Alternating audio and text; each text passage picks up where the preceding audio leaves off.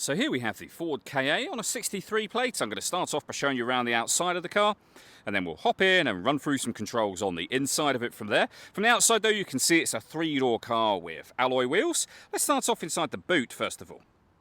As we approach the back of the car, you can see we have plenty of boot space along with that 50-50 split folding rear seat, should you wish to increase this space even further. Okay, so we're just going to work our way back around to the front of the car, and then we'll hop in and run through some controls on the inside. But now that we've done a full circle of it, you can see it's in lovely condition the whole way round. Just briefly before we climb in, I think it's well worth seeing the interior from this exterior point of view. There's plenty to run through on the dashboard, so let's hop in and we'll do that now.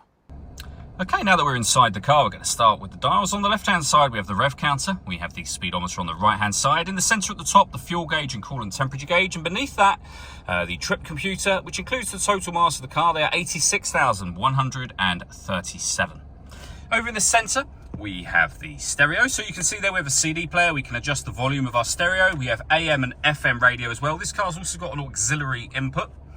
Below that, we have our heated rear and heated front screens. We can turn on our front and rear fog lights. This car's got stop and start, which means it's designed to cut out when it's stationary in traffic to save you fuel. You can turn that system off with that button.